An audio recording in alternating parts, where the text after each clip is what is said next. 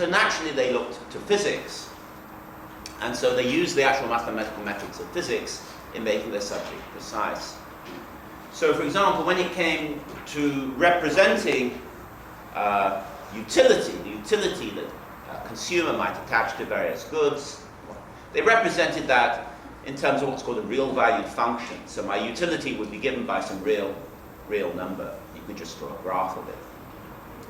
And then if you face the problem of, well, what is the utility of the welfare attaching to a society as a whole, given the welfare or the utility of the individuals, the economists had this idea of a welfare function, which was a function taking the individual utility functions, which were these real valued functions, into the social welfare utility function. So they just adopted, in having this conception of a welfare function, they adopted the methods of the physicists. These actually were not really the right methods to use. And in fact, it was the great economist Kenneth Arrow who said, look, this is at bottom what we have.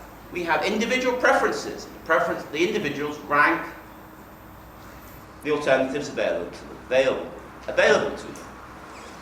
And then what we have at the societal level is a ranking of those alternatives that's somehow based upon the rankings of the individuals.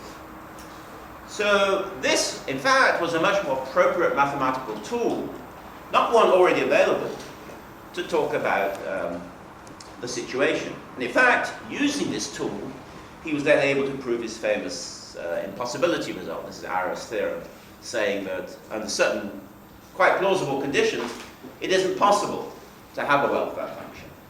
Now, if he hadn't made this mathematical innovation, he probably couldn't have proved that theorem. It would have been very hard to prove it using the original mathematical apparatus. And it's something similar that's guiding my own thinking. Philosophers, just like economists, are subject to the temptation of using the technical methods at hand as developed by logic or other areas of thought. And always what I felt is that in regard to some intuitively given problem, those methods may not be the right methods to use. And so often what I've tried to do is, by just looking at those intuitively given problems, trying to see, without any regard to what might have previously been done, what formal methods or technical methods might be most appropriate for dealing with the problems. So for example, in my work on essence, where people had usually thought about that in terms of modal logic as ordinarily conceived, it occurred to me that this might not be the right tool, and that other tools might be available. And similarly for my work on part whole.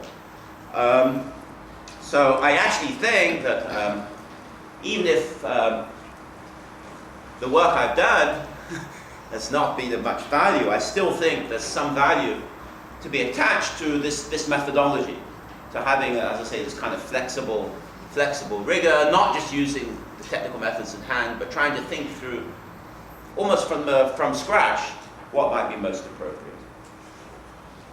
Well, I think I've said enough, and I'd just like to conclude by again thanking you all for being here, and thanking the university for this singular honor.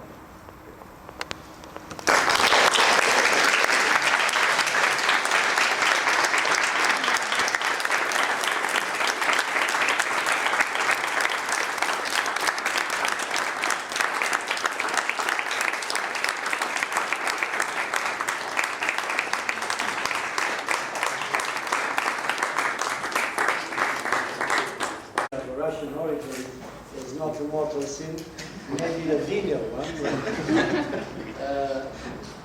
I suppose that given the geographical neighborhood, many of us could have a drop of Russian blood in our veins without even knowing it.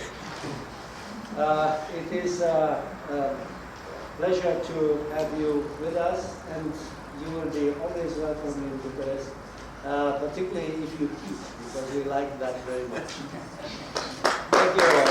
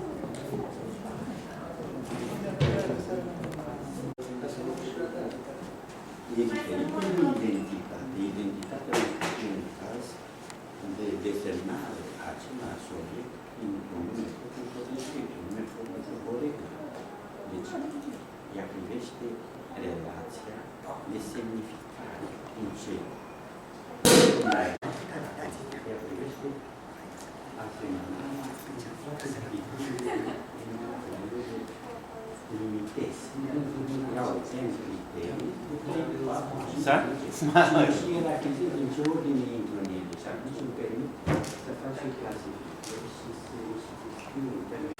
but of course then you understand all just the credit because and prepared for I am my difficulty in understanding this speech. More easy I understand the right, the text. Because English was for me for decodify some meaning, not for fake meaning.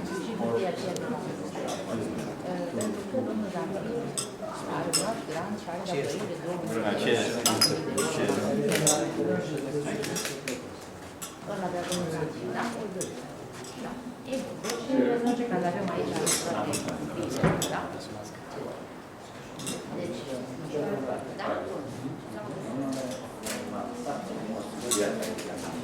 Să fac